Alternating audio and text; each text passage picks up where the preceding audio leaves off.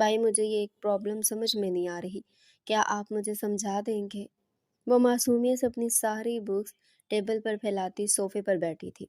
ہمیشہ کی طرح اس نے ایک بڑا سا دوپٹہ اپنی گردن میں لپیٹا ہوا تھا، بالوں کو جوڑے کی شکل میں قید کیا تھا، کچھ آوارہ لٹیں اس کے چہرے پر جھول رہی تھی، گھنی پلکیں، گوری رنگت، سرخ گال اور باریک خوبصورتی سے تراشے گئے لب، اور اس کی گری آنکھیں تو ہمیشہ ہر کسی کو اپنی طرف متوجہ کرتی تھی۔ لیکن مقابل بھی وجدان شاہ تھا، اس کا دل یوں ہی کسی پر نہیں آ جایا کرتا تھا، اور جس ظالم پر آیا تھا وہ تو اسے پلٹ کر دیکھنا بھی مناسب نہیں سمجھتے تھے۔ وہ پیچھے ہی کمرے میں داخل ہوئی، نظر سامنے بیٹھے وجدان پر پڑی، جس کے چہرے پر مسکراہٹ آئی تھی، اور وہ ایک آنکھ ونگ کردہ وفا کے ساتھ بیٹھ کر اسے سمجھانے لگا تھا۔ وہ مسلسل ثانیہ کو تکتا سمجھا وفا کو رہا تھا۔ ثانیہ اس کی نظروں سے زچ ہوتی گیلری میں چلے گئی۔ ہائی بیوٹیفل، تمہارا وہ بوائے فرینڈ کہاں ہے جو تمہیں میرے پاس آنا پڑا؟ وہ کہتا اس کے ساتھ ہی آ کر کھڑا ہوا تھا۔ ثانیہ نے پلٹ کر دیکھا تو وفا ہاتھ میں پین پکڑے انگلیوں پر کچھ گنتی لکھ رہی تھی۔ ثانیہ نے ایک سرد آہ بھری اور واپس باغیچے میں دیکھنے لگی۔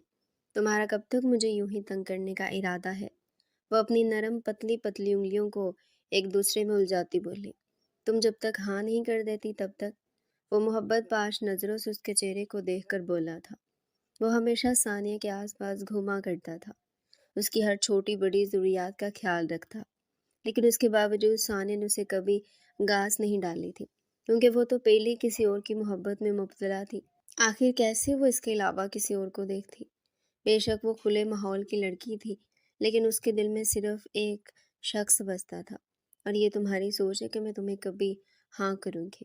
وہ زچ ہوتی بول کر پلٹ گئی۔ اور یقین جانو تمہیں صرف ایک ہفتہ اور دے رہا ہوں، اس کے بعد فیصلہ سب گھر والوں کے سامنے ہوگا۔ وہ اپنا موبائل اس کے سامنے لہراتا کہہ کر وہاں سے نکل گیا تھا۔ ثانیہ کو صرف وہ موبائل ہی تو چاہیے تھا، اسی لیے تو وہ اسے اپنے کمرے میں بلا رہی تھی، کیونکہ اس موبائل میں ثانیہ اور اس لڑکے کی تصویریں ایک ساتھ تھی۔ وہ اپنے لب کاٹتی واپس گیلری میں کھڑی ہوئی اور باغیچے کو دیکھنے لگی۔ لائٹ بھی تو اس نے اسی لیے بند کروائی تھی کہ جیسے ہی وجدان اس کے کمرے میں جائے گا تو وہ وجدان کے کمرے میں اس کا موبائل لے لے گی، کیونکہ وہ جانتی تھی کہ وجدان کی عادت ہے جب بھی وہ ثانیہ سے ملتا تھا تو اپنا موبائل وہ اپنے کمرے میں چھوڑ کر آتا تھا۔ لیکن وہ جنریٹر آن کرنے کا کہہ کر واپس اپنے کمرے میں چلا گیا تھا۔ ثانیہ نے واپس لائٹس آن کر دی تھی کیونکہ اس کا بنا بنایا پلان خراب ہو گیا تھا۔ ثانیہ واپس اپنے کمرے میں چلے گئی تھی جبکہ وفا وہیں بیٹھی اپنا کام کر رہی تھی۔ نہ جانے رات کے کس پہر وہ اپنا کام کرتے ہوئے وہ وہیں سو گئی تھی، جبکہ وجدان اسے اپنے کمرے میں چھوڑ کر کمرے سے نکل گیا تھا۔ ثانیہ وجدان کے کمرے میں آئی تو وجدان وہاں نہیں تھا، اور وفا صوفے پر سر گرائے کتابیں ویسے اپنی گود میں رکھے سو رہی تھی۔ ثانیہ کے دماغ میں کچھ کلک ہوا اور اس کے چہرے پر ایک شیطانی مسکراہٹ آئی تھی۔ وہ وفا کے پاس جا کر بیٹھی اور نرمی سے اس کا چہرہ تھپتھپایا۔ وفا، اٹھ جاؤ، صبح ہو گئی ہے۔ ثانیہ نے نرمی سے اس کے بالوں میں ہاتھ پھیر کر اسے اٹھایا تھا۔ وفا نے آنکھیں کھولی اور مندی مندی آنکھوں سے ثانیہ کو دیکھا۔ وفا درد سے سسکی اور اپنی گردن پر ہاتھ رکھے اپنی گردن کو گول گول گھمانے لگی۔ آس پاس دیکھ کر حیرت سے اس کا منہ کھل گیا۔ اوہ، میں یہی سو گئی تھی، وہ حیرت سے ثانیہ کو دیکھ کر بولی۔ ثانیہ اس کی معصومیت پر مصنوعی سا مسکرائی۔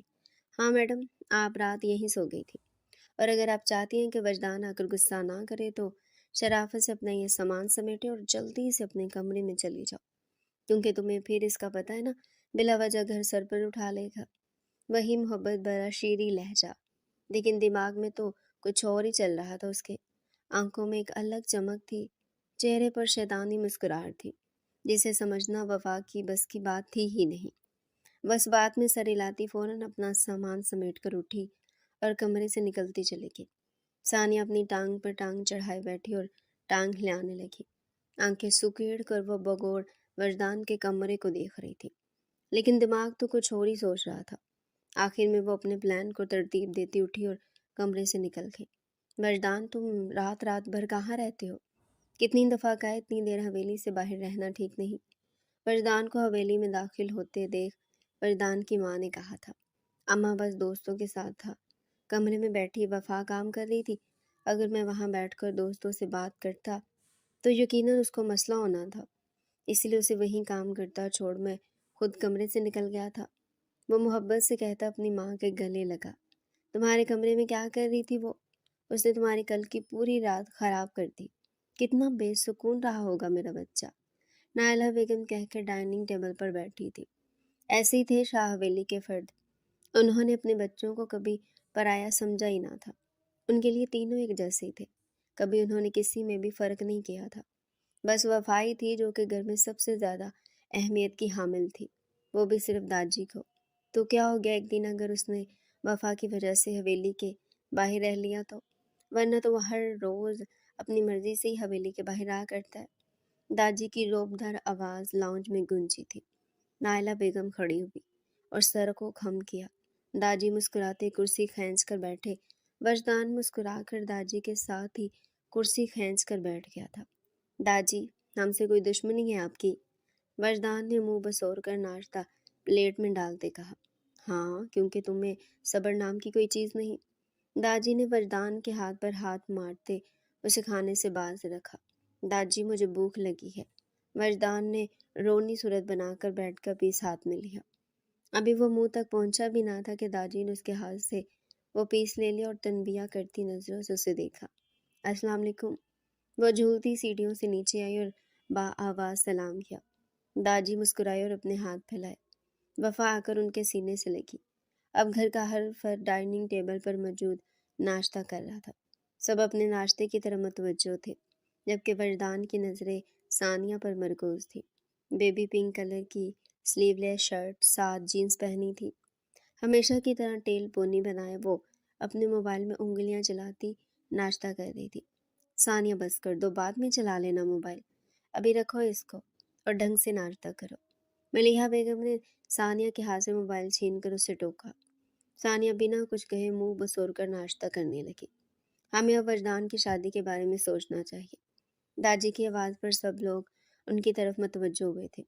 وجدان نے کھانے سے ہاتھ کھینچ لیا تھا اور وہ بنا کچھ کہے پیشانی پر بل ڈال لے اٹھ کر وہاں سے نکل گیا۔ اسے کیا ہوا ہے؟ فریحہ نے وجدان کو یوں اچانک جاتے دیکھ کر کہا۔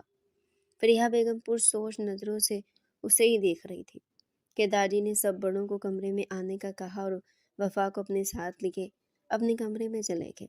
ثانیہ، وجدان کو داجی کے کمرے میں بھیجو، فریحہ کہہ کر برتن اٹھاتی کچن میں چلی گئی۔ ثانیہ کھانسنے لگی تھی۔ ثانیہ کو یوں لگا تھا کہ اس کی پوری دنیا ہی گھوم گئی ہے۔ وہ جانتی تھی کہ وجدان اپنی شادی کی بات پر یوں پیشانی پر بل ڈالے اٹھ کر گیا ہے، کیونکہ داجی اس کی شادی کے لیے یقیناً کوئی لڑکی پسند کر چکے ہیں، تبھی انہوں نے وجدان کی شادی کا ذکر کیا ہے، اور اس کے گھر والے بھی وجدان کی نہیں سنیں گے۔ اگر وجدان اپنی پسند کا اظہار کر دیتا اور ثانیہ سے شادی کا کہتا، یقیناً گھر والوں کو بھی کوئی اعتراض نہیں ہونا تھا۔